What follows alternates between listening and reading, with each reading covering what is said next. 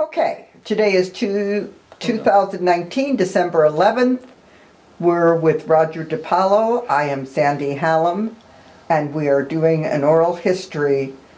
And we are going to start off with, first of all, Roger, tell me a little bit about your earliest life, where you were born and how you came into Kent. Okay, I was actually born in Ravenna, and we lived in what was called a Wilson home on the fairgrounds. And I was born in June 1955. We lived there until July of 1956. My mother was pregnant with her second child in 14 months, and she didn't drive, and Ravenna was a nice place. She made a lot of friends there, but she felt kind of isolated. So we moved to Kent, and in July 1956 we moved to 1237 Shelton Drive. That home was built by my grandfather, Agostino Siciliano, and that was where my mom's parents lived.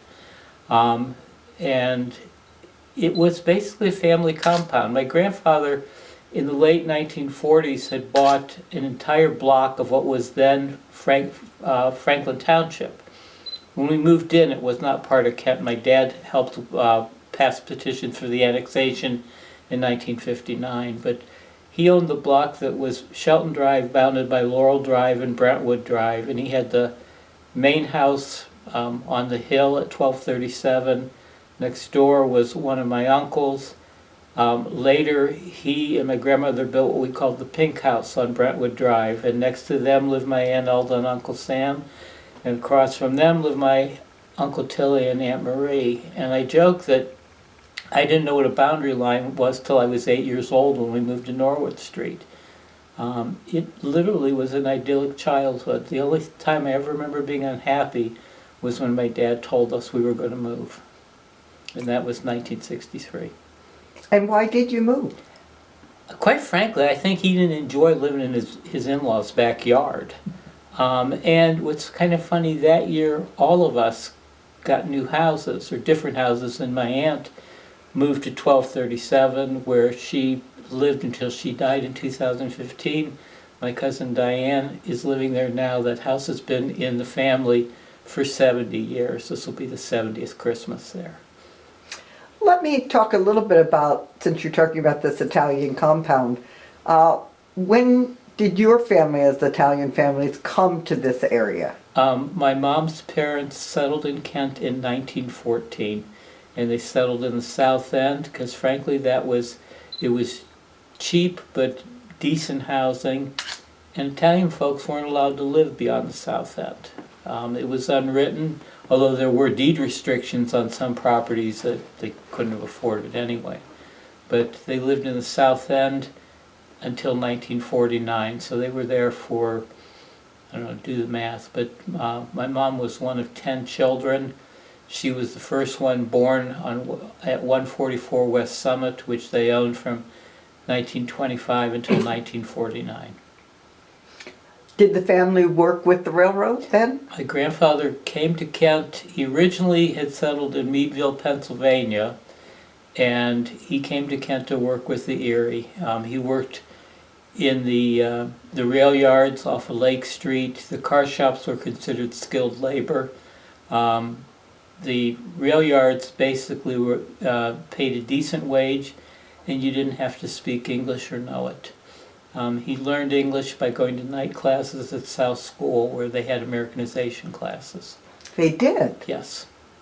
Interesting. So that's your mother's family, correct? That's my mother's family. Where was your father's family from? My father's family settled in Bel Air, Ohio, which is on the Ohio River, really kind of across from Wheeling. And most of that area was coal mining. Bel Air at one time was larger than the city of Kent. It dwindled to, it's lost its city status 20 years ago. It's now a village. My grandfather was a shoe repairman. He had briefly gone to Detroit. He lasted one day on the assembly line for Ford. And as for coal mining, he told my dad and my uncle, I would rather see you rob a bank than be a coal miner. All the other Italian fathers worked in the mines, and they were comparatively wealthy. My grandparents were poor. They were poor their entire lives. You don't make much charging 50 cents to do a pair of shoes. My grandfather was not my dad's birth father. He was the brother of his birth father. His birth father died when my father was 3 months old. He had chronic lung issues. He had been gassed at the Battle of Cabaretto. My dad was born on New Year's Day, 1925. His father died on March the 25th that year. So he fought on the Italian on Army, the Italian on side. the Italian Army side. And where were the families from in Italy? Okay, my dad's family is from Abruzzi, which is sort of like south central Italy. My mom's family was from Calabria, and even though their name was Siciliano, I was told very adamantly by my grandmother, we are not Sicilian. I can remember telling my kindergarten teacher at Longcoy that my grandmother was from the tip of the boot, because it's Paolo is right across from the Straits of Messina, but you know, it's like an Ohioan versus a West Virginian. It's like they're very proud that they weren't Sicilian. As you started to go to school, and tell me a little bit about what it was like going to your early years in elementary and middle school. My first exposure to Kent schools was kindergarten at Longcoy School. And Longcoy in 1960 was the newest school in Kent. It had been built 5 years earlier.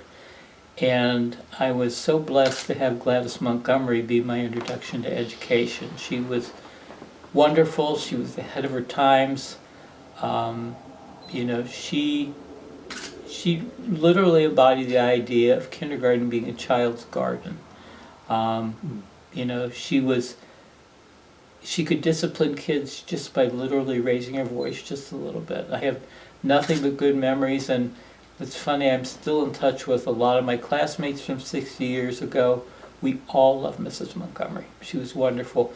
Years later, when I was working at the paper, I spoke to the Women's Club of Kent, and she, by that time, was pretty elderly, and she introduced me, and she recalled a story that I didn't remember, that she had sent me to the office with a note for somebody, and I had come back to the classroom and said, Mrs. Montgomery, you could have just told me to ask Mrs. Wright this, and this. I had read the note, and she didn't know that I could read.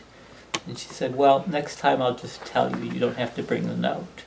But she was wonderful. She was absolutely delightful. And I was so proud that I nominated her for the Kent Hall of Fame, and she got in, and her son was there, and her sister was there, and she's a wonderful lady. So she was a great introduction to education, but my parents, being good Catholics in the 60s, opted to send us to St. Pat's, even though Longcoy literally was within walking distance, and St. Pat's entailed busing. We used to be bused home. We had the last route from St. Pat's. We wouldn't get home till 4:30. The bus route started in the south end and swung around to the west side of Kent. So I knew Pine Street and Harris Street and Elm Street when I was like 6 years old. St. Pat's I have very, very mixed feelings about. I had an absolutely hateful first grade teacher who, if I put her name up on Facebook, it opens a floodgate of bad memories. This is 60 years later, and we do have PTSD. And the only things people remember are awful memories. She was physically abusive. She was emotionally... Was she a nun? She was a nun. She was emotionally abusive. We just witnessed horrible things and never told our parents because we were afraid we were next. So that was an awful way to start school. Second grade teacher, I literally don't remember anything but her name. Third grade teacher was Sister Mary Coleman, who looked like Ingrid Bergman in The Bells of St. Mary's. And she is still alive. She's in her 80s, and she is still beautiful. That was the teacher that I had when President Kennedy was killed. And so she's always part of that memory. Fourth grade teacher was a man named Bob Woodseck, who died very unexpectedly at the end of the school year. And of course, nobody ever told us how he died, so there's all sorts of rumors. Fifth grade was Mary Herrick, who looked like Irene Ryan. She loved me, and I loved her. She had a horrible smoker's cough and lung cancer killed her. But she was a really nice lady. The other teacher was Mrs. DeLone. That was Hazel. Hazel had blue hair and she drenched herself in white shoulder. If she was walking in the hall, you could like smell her 10 minutes later. And people, that's their memory. 6th grade was Sister Krista, who I don't have that many memories of. 7th was Sister Maureen Smith, and she taught, by that time, St. Pat's, when I was there, peaked at their enrollment with 805 students in 1964. My 4th grade class had 46 kids in it, and there were 3 4th grade classes of equal size. By the time the late 60s hit, the enrollment had dropped substantially. It actually dropped substantially after that 805 when parents didn't want their kids with 40 other kids. So they only had one 7th grade class. I think there were about 40 of us, and Sister Maureen Smith taught it. Sister Maureen was, at the time was known as Sister Sheila. She was Irish and proud, and she had an Irish temper, and she played the guitar. And, I have generally good memories of her. She didn't take any nonsense. She loved my dad. My mom was scared of her. And then 8th grade was Sister Christina, who by that time I was really dealing with like being a teenager and was emotional, and it's like I didn't enjoy her, and I was really glad I got out of school. So that would have been, the church in 1961 was a totally different institution than it was in 1969. And, it was very, very traditional, and then Vatican II took place in 62 and 63, and by 69, the nuns weren't wearing habits anymore, they were strumming guitars. I met Denver Brunel, my dear friend, in 6th grade, where she would come in and play the guitar for us. I remember Father Zima in 5th grade coming in with the guitar, playing Sounds of Silence. And, we also dealt at that time with priests that were leaving the priesthood, which was unheard of, leaving the priesthood to get married.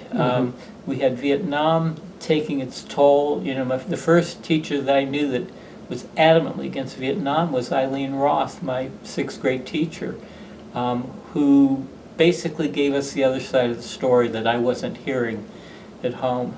And she was interesting because she was Jewish.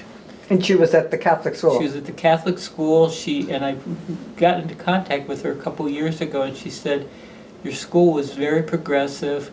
No one ever made my religion an issue. She taught under a crucifix. The only thing she didn't do was teach religion. And she taught us Gilbert and Sullivan songs and labor songs and red diaper baby songs, and I teased her about that. I said, you had to explain to us what a company store was when she said she did 16 tons. But it was interesting. It was a very, very diverse, it was basically, they were Catholic kids. I was a lawyer's son, so we were considered, upper class. I went to school with kids from the South End. There were kids from Brady Lake. It probably at the time was the most diverse school in Kent. And, all told, my memories are mixed. If I could erase some of the bad ones, the good ones there's more good ones than bad ones. Now in Kent, it's always been interesting that when you go to Standing Rock Cemetery, you have a Catholic part of the cemetery. Yes. And the rest. Could you explain? The Catholic part of the cemetery literally was a separate cemetery known as St. Patrick's Cemetery. Catholics believe that you have to be buried in consecrated ground. St. Patrick's Cemetery was established, I think, in the 1860s. Prior to that, if you were a Catholic that died in Portage County and you wanted to be buried in consecrated ground, you're buried at St. Joe's in Randolph, because there was nothing. And then the Immaculate Conception opened its own cemetery. St. Peter's in Richtown opened its own cemetery, and Kent operated its. They operated their cemetery independently, although they had a contract with the sexton for 100 years. And then the diocese really wanted to get out of the cemetery business, other than the diocesan cemeteries that they owned in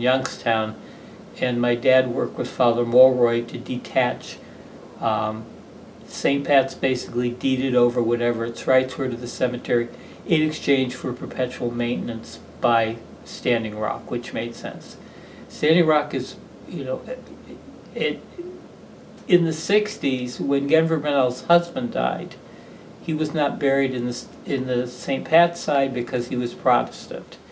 And Genver remembered going to make arrangements for him, and this is a widow with 3 children and one on the way, and being asked, what's your religion? And she said, well, I'm Catholic. Well, what was your husband? And she said it was Protestant. They said, oh, you're mixed. We'll put him here. The cemetery is also de facto segregated. There's an entire section behind the mausoleum that's African American. The only African Americans that are buried in St. Pat's are the Tompkinses and the Browns because they were Catholics. But yeah, And now with the cemetery at Sandy Rock, you can be buried anywhere, as far as I know. to the best of my knowledge, yeah. That's interesting. Also, what were attitudes about your being Catholic and your family being Catholic? The Catholic, when the Kent family gave all the land for the churches, they were all in a row except the Catholics, which were over on the other side of town. Yeah. Do you think that was part of the feeling about Catholics at that time? I think it was part of the feeling. My mom talked about being called a mackerel snapper. Yeah. And my grandfather remembered the Ku Klux Klan burning crosses, and one of the places they burned a cross was from across the street from St. Pat's Church and School on Portage Street. So there was definitely prejudice, maybe not particularly spoken, but at times unspoken. And Catholics, I think, by their nature were clannish. I can remember in kindergarten, we would say, a little thank you prayer before we ate our snack. And I can remember really wondering, should I be saying this or not? Is this a Protestant prayer? It definitely was there. And it's like when people talk about prayer in schools, I experienced it. I said it. But even at 5 years old, I kind of wondered, should I be doing this? And of course, you don't have any choice. Right. But I think there was prejudice to an extent. The Catholics, I think, in Kent are very clannish. This was an era in the 50s and the 60s of huge families. The Michaels had 10 kids, the Harts had 10 kids, the Fishers had 8 or 10 kids, and the Kleins had 14 kids. And Protestants didn't do that. Right. So there was a difference. Catholics were kind of considered out of the mainstream in that they sent their kids to this old dilapidated school rather than going to the new schools all over Kent. So it was, there's definitely a differentiation. And then came high school. Okay, we have 9th grade at Davie Junior High, which was, quite frankly, was a miserable year. I went from a class of about 20 kids at St. Pat's to this huge building where I was overwhelmed. And it wasn't a pleasant year. The thing I remember is that's where I was when May 4th took place. I was, out in a gym class. We were out on the track. But that wasn't a wonderful year. I did have a wonderful English teacher, Juliet Grimsley, who recognized that I was like totally lost and just said, for every book that you do a report on, I'll give you 100%. So I read 84 books that year. Yeah.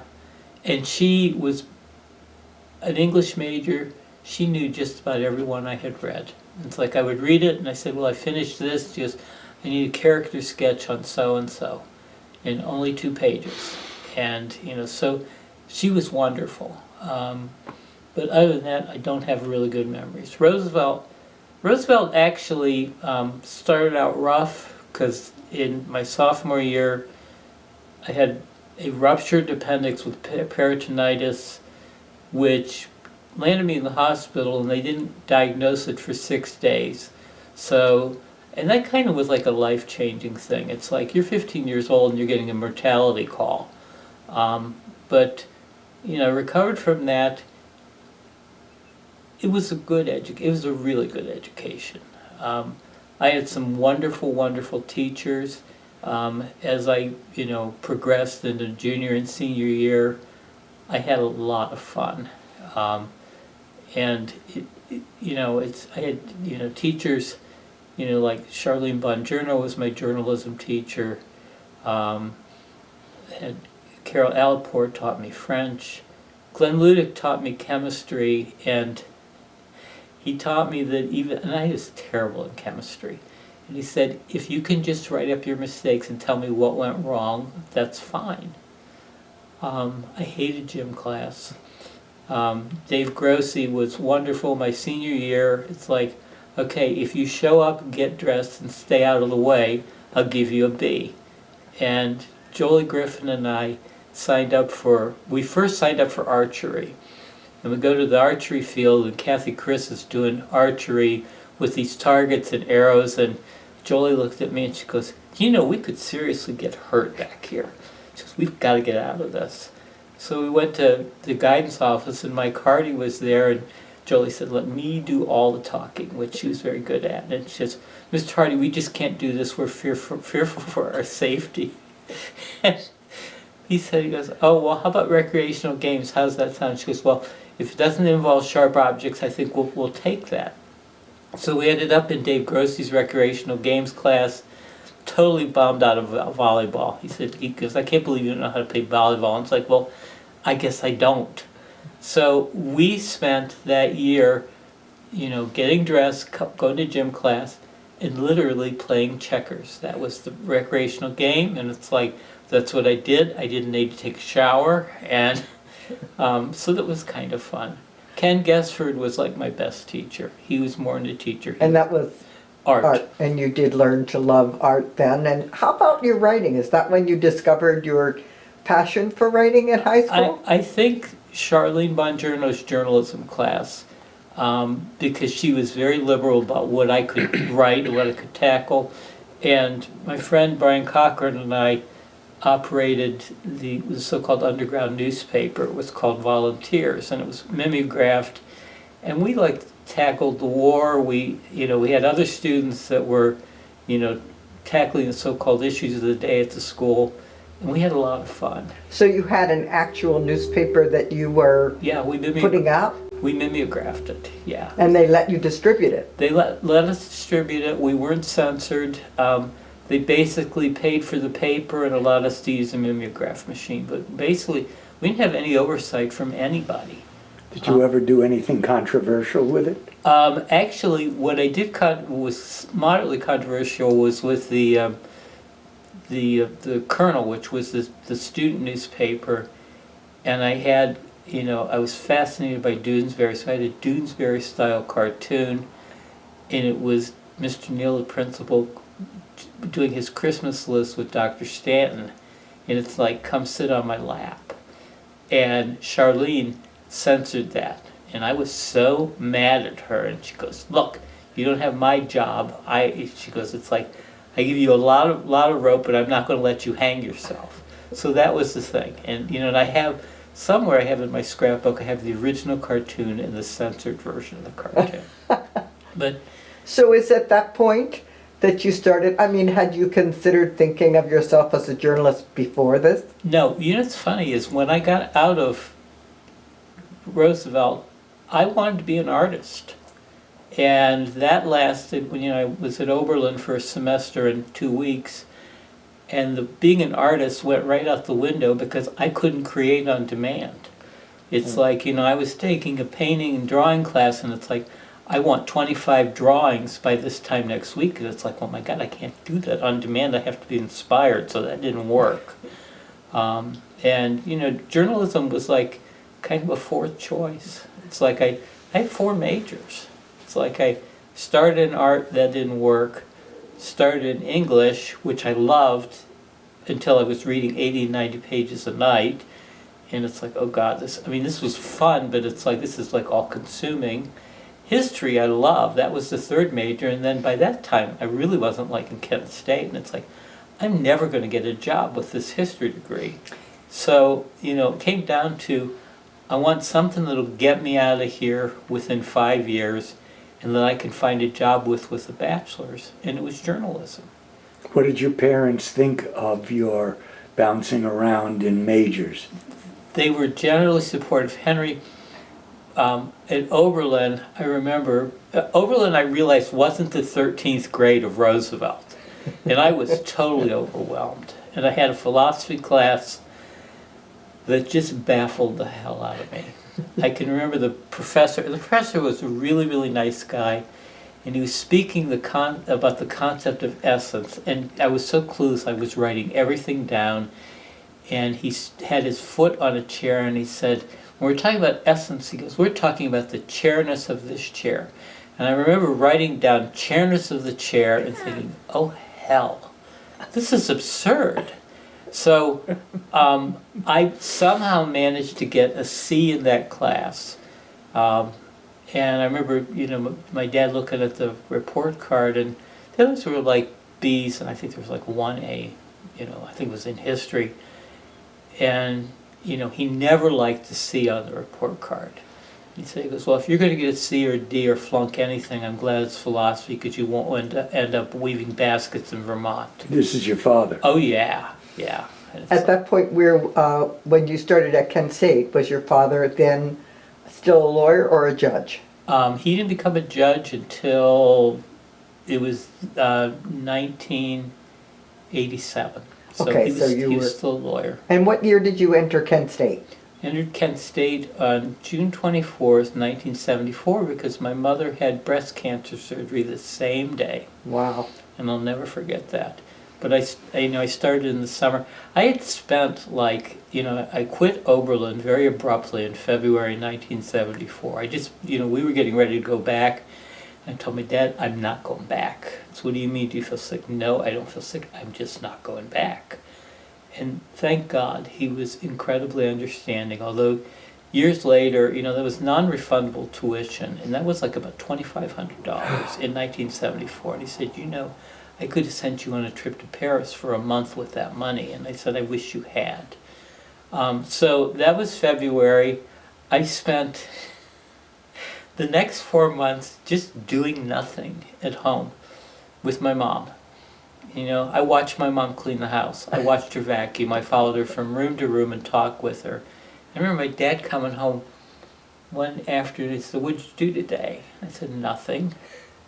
He goes, do you enjoy doing nothing? I go, yeah, I really do. He goes, you're pretty good at doing nothing, aren't you? And I go, yeah. He goes, well, guess what? You can't do nothing for a career.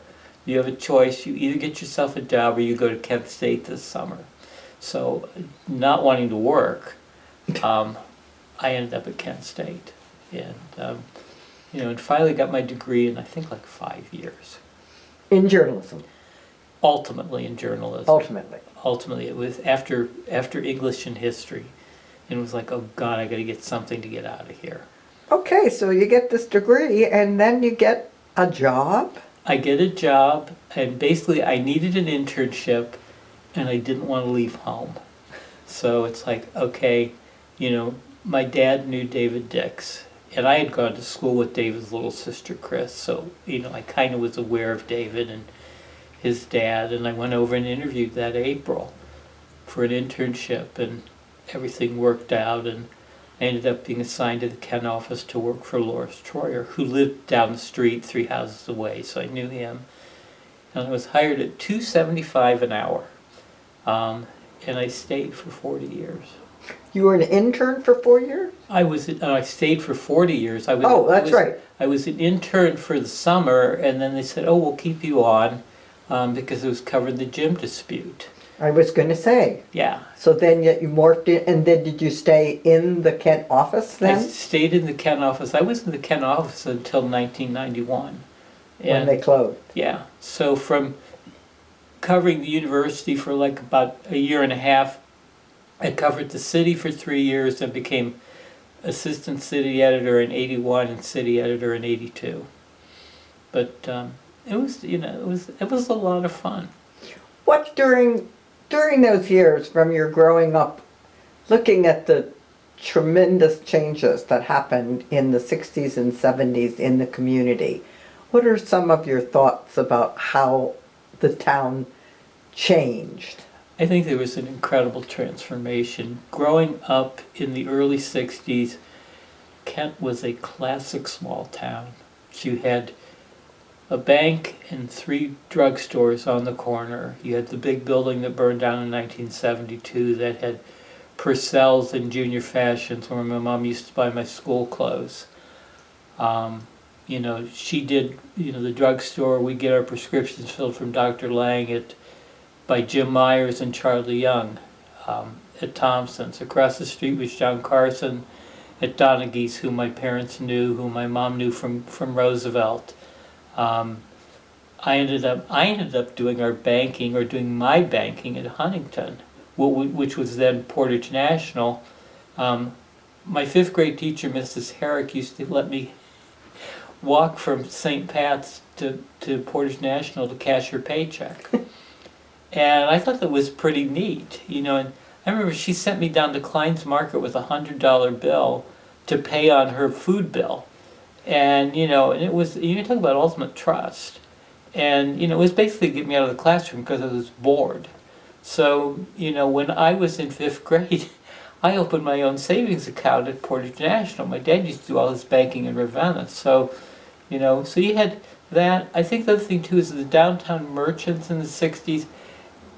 Everybody knew each other, and they lived in Kent, which means you went to school with their kids. I went to school with Lisa and Johnny Carson.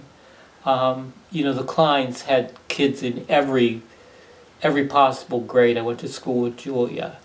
And they had the market. The market, yeah. They had the market. And then there was the Loncoy. Loncoy was out, but what's funny is Klein's Market had Klein's, it had Wise's Bar. I went to school with Joe Wise, who was the grandson of the owner. It had Friedland's Shoe Store, and that was Lou and Gert Friedland. And next door was the Style Center, which was Hy Friedland, and his wife's name was Lena, but she was known as Sorky. Everybody called her Sorky Friedland. And Dr. Kavar was their nephew, and he had his practice a couple storefronts away. Friedland's was great. I had jumping jack shoes until I was probably 12. We would go in there. Lou Friedland loved to talk politics with my dad.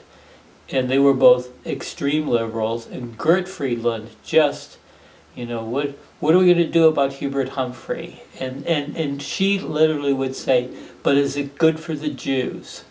And they were delightful to talk. And there were not very many Jews. There weren't very many Jews that lived in Kent. And they had a few storefronts. You had a few storefronts, but the Friedlands, Lou and Hy and their wives lived in Akron. Next to Lou's store was Marv's Shoe Store, which was orthopedic shoes, and Marv was Lou and Gert's. He was married to their daughter. I think he lived in Stowe. But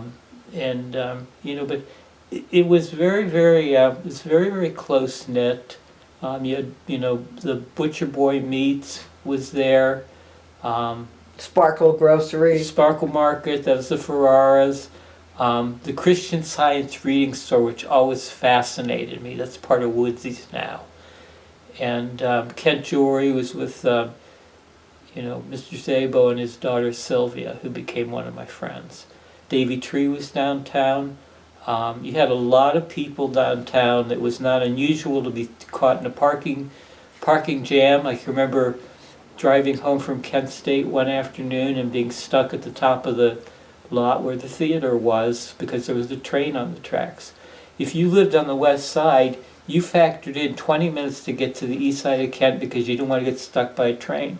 I can still remember my dad taking us to St. Pat's, and he got to the top of the hill at the Masonic Temple and saw a train coming and zoomed across and went down Gogler Avenue to hit Manway Street to hit the Crane Avenue Bridge. And the train had gotten there, and not only that, the train had parked there, stopped, and was backing up. And and I think we were late. I also remember being on the original Crane Avenue Bridge. We were on that the night before it collapsed. We bought our Christmas tree from Bill Ruggieri on Marvin Avenue. The bridge scared me because it was bumpy, it was rumbly, it vibrated, it had a wooden floor, and the next morning it fell in, and What year was that? that was December 18th, 1964. It was 1 week before Christmas. Wow. There were kids at St. Pat's that had walked across that bridge to go to school that morning. There were 3 high school students walking to Roosevelt that were on the bridge when it collapsed. They ended up in the water. There was a older man who had driven his wife to Streetsboro High School to teach. He was on the bridge and he was behind the truck that collapsed it, and he was killed. He drowned. But I definitely remember that bridge. So then we get into the 70s, and even the period of time around May 4th, 69 and 70, when there were definitely things from Kent State coming downtown. There were. Oh yeah. How did things seem as if they were changing between the chemistry of Kent State and the town? What I remember with both of my parents, they were very proud of Kent State. Even though my mom never set foot there until she worked there after she was divorced, she was proud of Kent State. That was their university. And when May 4th came along, they felt like that was a slap at the people of Kent. But, I can remember going to a campus day parade, and it would have been about 1968, and there was a group of protesters that kind of barged their way into the parade, and they were wearing gas masks and marching in the parade, and everybody knew, oh my God, this isn't like a fraternity. So there was definitely that. I had a next door neighbor who worked at what was a glorified head shop. It was called Parallels, and it was on Franklin Avenue across from where the farmer's market is. It's torn down now. It's the vacant lot next to College Avenue. And she sold allegedly incense and herbs and all this stuff. But I had to laugh. My son Brian, years ago, we were in downtown Kent, and a couple of college students passed in front of us at the square, and the one had like purple hair. And I forget, the other one was wearing something kind of outlandish and didn't faze him at all. And all says, were there hippies when you were growing up? And it's like, yeah, as a matter of fact, they were. And it's like I said, some of the people you go to church with at the Unitarian Church were hippies. So, I can remember when the Yippies had a picnic at Fred Fuller Park. And I remember our bus going past that, and it was, it was kind of like, oh, there's something going on down there. So it was definitely filtering in. I mean, there was definitely part of the counterculture. I can remember a couple of head shops. And again with the war, the St. Pat's had a peace vigil it's either 1968 or 1969, and it were basically Catholics praying for an end of the war. And you had a delegation of people not praying for the end of the war who came in. They were led by a lawyer, not my dad, who basically tore up their pamphlets and scattered them in the aisle of the church and left. The priest at St. Pat's was Monsignor Koch, who was incredible. He's an incredible theologian. He's an incredibly brilliant man. He marched in Selma. He had the audacity to be very adamant about the war being immoral. And basically the congregation froze him out. They stopped giving money in the collection basket, and he left in 1971 and got married. Now, in the 70s, the city of Kent, after the shootings and also because so many small towns were like this, as the outside malls became built, what happened to downtown Kent in those years? The worst thing that happened to downtown Kent was the fire in 1972, which demolished an entire block, and it is an entire block of thriving businesses. And because it was owned by multiple owners, they couldn't get their act together. The city had a mayor who was less than aggressive. The city did nothing in terms of economic development, in terms of like maybe actually buying that plot and, fostering a new development there. So it basically burned down an entire block, which to this day is vacant. It's got a good use now. It's a good gathering place, but basically they let 136 years of history burn and not be replaced. When River Block 1 burned in Ravenna in 1991, the first thing that they did was, we will rebuild. Mm-hmm. And it wasn't much. The damage to that was pretty severe too. I think the fire at the Kent Block, 1973, the fire at Hans, 1975, the fires on North Water Street. The joke used to be, if you want to see your neighbors, go downtown when there's a fire. I mean, I can remember everybody went downtown in 1972. That was a week before I started my senior year. And, everybody was down there taking pictures. Everybody was talking to everybody, looking at the rubble, looking at the ruins. And, Kent State didn't want anything to do with Kent. The city was still under a strong mayor government, which was basically, a strong mayor was a popular mayor, which didn't mean he was particularly qualified. There was no direction. Kent stagnated. Businesses dropped off. I remember writing a column for the Courier in 1979 projecting, I don't know how many years ahead, and saying the last retail business in downtown Kent closed today and nobody noticed. And it was business after business that dropped off. McCrory's Five and Dime went out of business in 1979. I'm surprised it survived as much. I wrote a feature about what people wouldn't buy for 90% off. What moved you to become kind of a Kent's self-styled historian? I think, Henry, a lot of that was Loris Troyer's influence. Loris encouraged me. Loris retired in 1982. Prior to his retirement, I had the idea that I was going to write yesteryears, where I was going to read microfilm and regurgitate it on a weekly basis. And we were coming into Loris, and he said, "That's a great idea." He goes, "But remember, you've made a commitment, and you've got to carry this through." Well, I did it for 36 years. When I left the Courier, that was the longest running regular feature. And reading, I would read 25 years ago, 50 years ago, 75 years ago, 100 years ago. I ultimately read every paper from 1906 on. And you pick up a lot of information that way. Loris was wonderful to work with, and he was great at putting things into perspective. I can remember the morning that the American Legion building burned down on South River Street.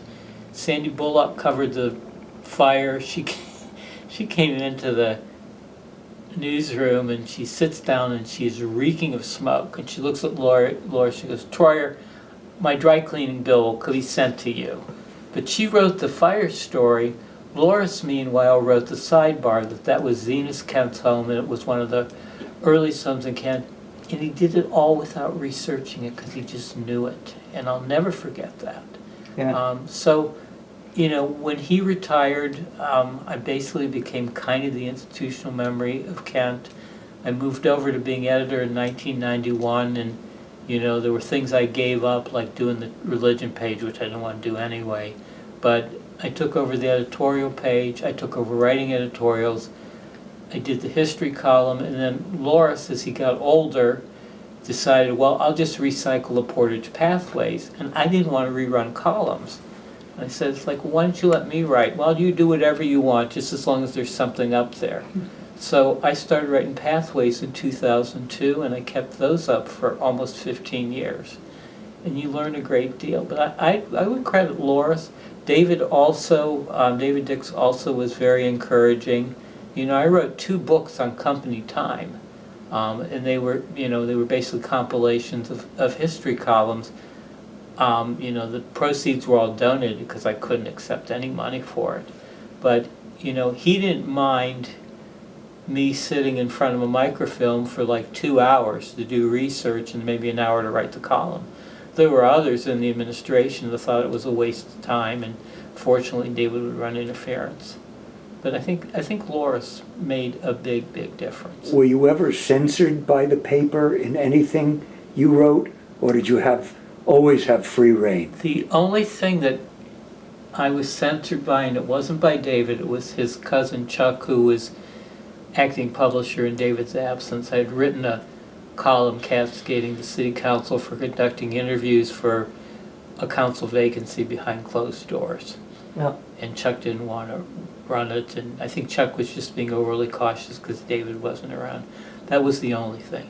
Were But- you, did you see, we talked about the strong mayor. Yeah. A lot of people, there was a lot of conflict over changing the Yeah. strong mayor to the city manager. Well, And you were right ringside for that. that was shortly before I started. That was 1975, but Sandy Bullock covered the transition in 1977, and I took over in 1978. But actually, the first week I took over, the original manager was fired because he just wasn't a good fit. And then there were at least 2 other attempts to bring a strong mayor back, to to repeal the manager's thing, and finally people seemed to accept it. My old friend Bob Hart, the law director, said the single best argument for a city manager was Joe Saboro, because he was such a bad mayor. Yes. And and I think things get personalized. I covered some phenomenal councils. I mean, the council that I covered that had Pat Reed and Walt Adams, and actually, Barb Watson was on it.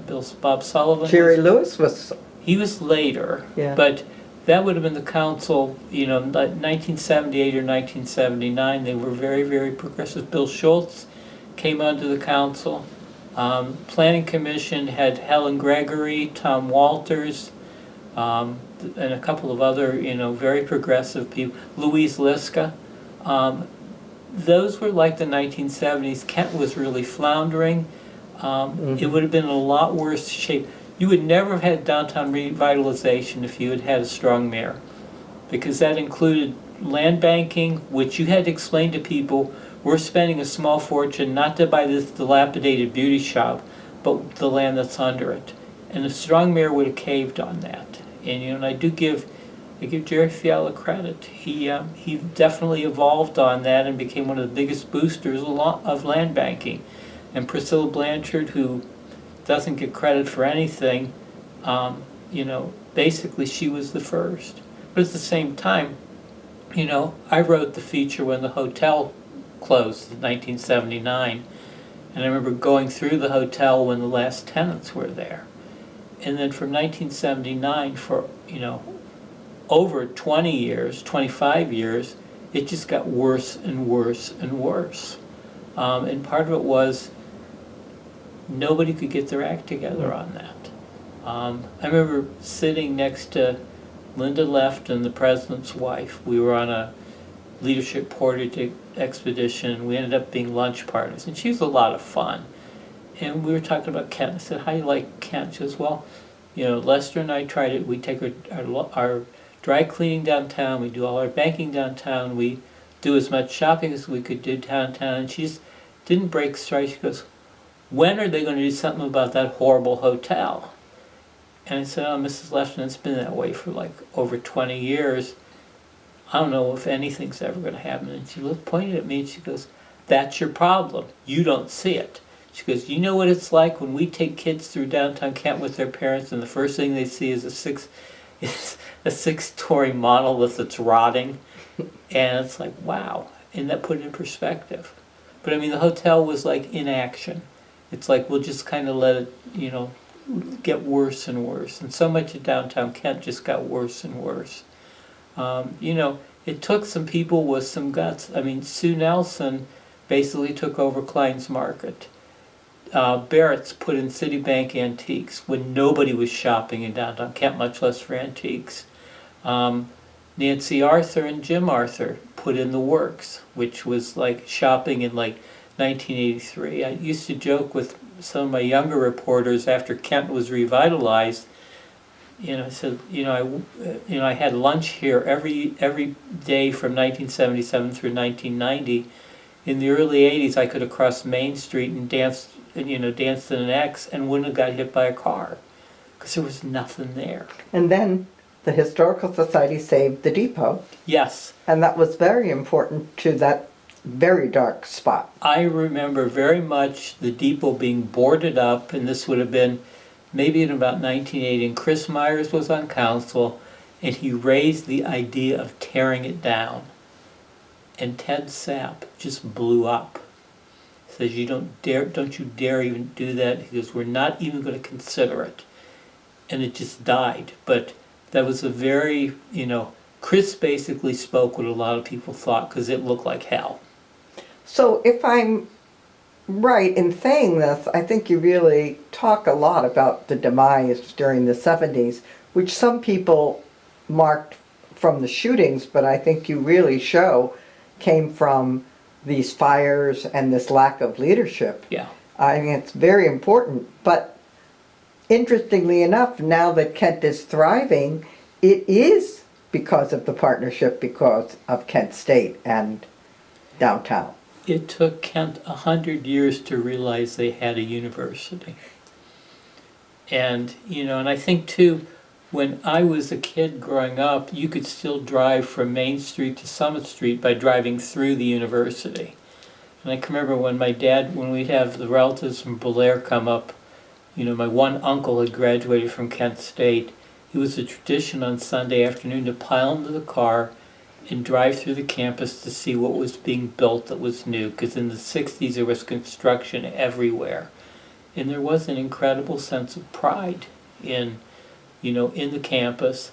And I think after 1970, the Student Center was built, the library was built, the science buildings, they were all built on Summit Street. They were built as far away from downtown as you could get. And then adding insult to injury, you had the bypass, which literally cut off one side of Kent from another. The bypass, I think, is an incredible public improvement, which I still don't think was necessary. It was like, we're tired of being stopped by the trains. Well, by the time the bypass was dedicated, there were no passenger trains. There was a limited number of freight trains. And you had this big gash from one end of Kent to the other. They destroyed a working class neighborhood. It led to the demise of those factories that ended up under the bridge. It's funny, as I was thinking, one of the reasons that my grandfather moved from Summit Street to quote unquote way out of nowhere on the west side was because even in 1949 there was talk of building a bridge. He told my grandmother, if we're living on the bridge, we're never going to sell this house. And so they moved.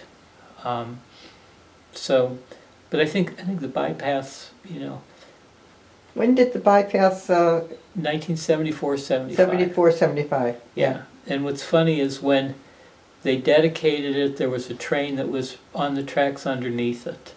But, there was a great cost. And, I don't think there was any environmental studies on it. When I drive on it now, when the bypass was completed but not open, that used to be kind of the big dare game. It's like, I drove on the bypass and didn't get caught. You had the bypass, you also had 261, which is a road to nowhere. And it was kind of like, we've got state money and we're going to build this thing. When I drive on it now, I see all those trees and all those shrubs, and that was Ruth Meade in KEC. And I remember Ruth calling me, and I ended up on that committee. And she goes, I've already talked to ODOT about taking that horrible fence down. She goes, that's even worse than the Iron Curtain. And they said no. And Ruth had a real raspy voice. She goes, I've just decided I'm going to plant so many trees, flowers, and shrubs you're not even going to see that thing. And she did. And that was all volunteers because there was no money for landscaping. And we did like fundraising drives for about 4 years. I've got like 4 trees there for my various relatives. But again, KC is wonderful too. So here you are in 2019, Yeah. and we have a paper. It is still called the Record-Courier, but it is not the same thing that you worked in for 40 years. How do you see what is happening now? I think we're seeing the deliberate destruction of a small-town newspaper. Even when I worked there, we basically wrote off the first 3 months of the year that we just didn't turn a profit.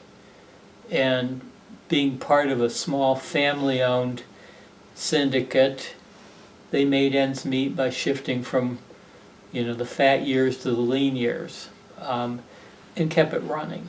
And a big part of that was the Dixons were proud of what they did, and they felt they had a responsibility to bring the news to Kent. I remember at one point they were going to pull the plug on the Monday edition, which was typically maybe like 12 or 9% paid, and the rest was non-advertising. They were going to pull the plug on the Monday edition, and we were ready with the news release, and the corporate board stopped David and said, no, we want you to be a 7-day paper. It's important. You're a university town. You can't give up a day. And I think that was their commitment. The Dixons also were part of the community. Bob was on the board of trustees at Kent State for over 40 years. His brother preceded him, and David succeeded him. Helen was very much a part of the community. They basically, it was their business. They were into it to make a profit, which they did, but they also worked. They were on call 24/7. I was on call 24/7. It wasn't unusual to go in and work on a Sunday, and the idea of it's my day off, well, that just didn't cut it. So I think you had a philosophy that was very different, and it was a love of news, but it was the idea we have a responsibility. If we're not here, nobody's going to know what's being reported. I laugh. Early on, I took a phone call when I was a reporter, and it was a lady that just wanted to talk about the paper, and she had an issue, and I was in the mood to listen, and she was so funny. She goes, you know what I really like best about your paper? And it's like, what? She goes, you print news nobody cares about. And she meant it as a compliment. And it was, what we printed, the Beacon didn't print because it wasn't important to them. But I think printing news that nobody cares about is what kept the Courier in business.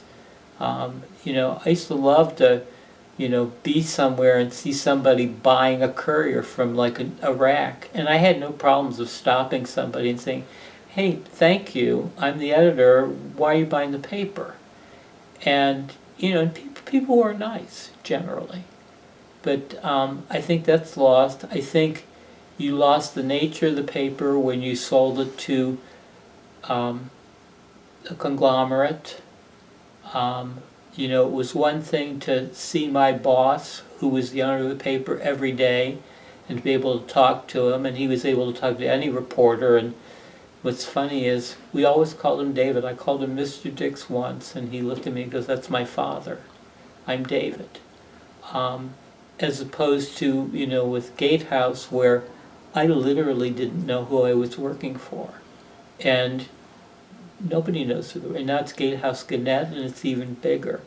I think that's what's made a difference. I think a large corporation, as opposed to a family entity, is strictly about the bottom line. Nobody likes to lose money, but if you are part of a $1 billion holding company, it's no big deal to say, we're just going to get rid of you. And that's my greatest fear. It's like I'm grateful I wasn't the last editor of the Record-Courier. This person has that title now. But I was the editor for longer than anybody else. And that's, I was the editor for 26 years. Anything else? Well, I think we covered most everything we had Great. talked about. Was there anything Yeah, else? I got one thing. Yes. Sure, Henry. If you would, I want you possibly, if you can, project the next 25 years of Kent. What do you see happening in the city itself? I mean, you have the history to reflect on, and if you were to prognosticate, I think you would be talking about Kent State marking the 75th anniversary of May 4th. By then, May 4th would be very much acknowledged as history. Kent State will have continued to grow. They'll continue to diversify. The campus will get bigger. I think the city, I think the downtown area will continue to be strong because they made sustainability a big part of that plan. It is a plan downtown. They wanted it to be walkable. They wanted it to be family friendly. They didn't want it to be a bunch of bars or tattoo shops. They wanted a diversity of businesses. They very smartly decided, well, we're going to lure industrial magnates there like Amatec and Davy Tree and Smithers, and they're going to be on the second and third floors of those buildings, which means that when the storefronts get vacant, as they inevitably do, you still got those corporate tenants that are going to be there. And I think that made for a much stronger downtown. One of the other things, too, is you now have a residential downtown, which never in the history of Kent did you have people living there. I don't know if it was zoned out, but you didn't even have apartments. I had friends that went to Miami and they lived downtown above storefronts in Oxford. The same thing in Athens. You had students living downtown. When you have people living downtown, you have critical mass. That's the thing that Ravenna has always had over Kent with the riddle blocks. So I think you're going to have a downtown that's going to be still going to be strong. You're going to have a university that's going to be growing. I think in terms of residential, I think we're pretty much about built out. And I think it's a big challenge because the homes that were built after the war are now 70 years old. There are neighborhoods on the west side where I grew up that are pretty dilapidated. And I think that's going to be a real challenge for the future councils. They're going to have to put some money into residential rehabilitation. And there are weak spots. The west side of Kent is very weak. The late Dr. Jim Koch talked about in the 1970s. He said that Route 59 was from east to west a vista of corporate gloom. Because it's ugly, especially the west side. It looks terrible. And, that's the way that blight begins, when nobody does anything and you tear buildings down. Right. And there are vacancies. So I think that's a major, major challenge. But I think, I think the city and the university have finally made peace. And I will give Dave Roller and Lester Left and all the credit in the world for that, where they decided we can't be separate, and the only way we're going to grow is if we grow together. And I think that's, and the passing of time puts May 4th into perspective. For the longest time when I was covering the university and covering May 4th, university administrators did everything in their power to kind of ignore it. And the gym was literally built to bury it. One of the things that I am hoping, I don't know if I'll live to see it, I hope to see that gym torn down. I've never set foot in it. Wow. It wasn't necessary. It was underbuilt. There's no question that it destroyed the May 4th site. They've torn down buildings that were even younger than that. They tore down Small Group. They tore down Terrace Hall. The gym is closing in on being, 45 years old. They could dump that and there would be no loss. But, I think looking ahead for 50 years or 25 years, I think I'm optimistic for Kent. I think The Esplanade is, the Esplanade is I think what it is in the last 10 years, Kent saved itself because it couldn't continue to deteriorate. And, and the Puffer Belly or Trano, that's another thing too, is that was a historical society saying this shall not stand. And you see it like a build-up of community. You see the farmer's market. I mean, that didn't exist when I was a kid. And it's like it's people that make it a place to go. It's a place to meet people. It's, But so I think, 25 years from now, which I doubt I'll see, I think Kent's going to be a pretty strong place. Good question. very good question. Thank you so much, Well, Roger. thank you. It was wonderful. Yeah. Good.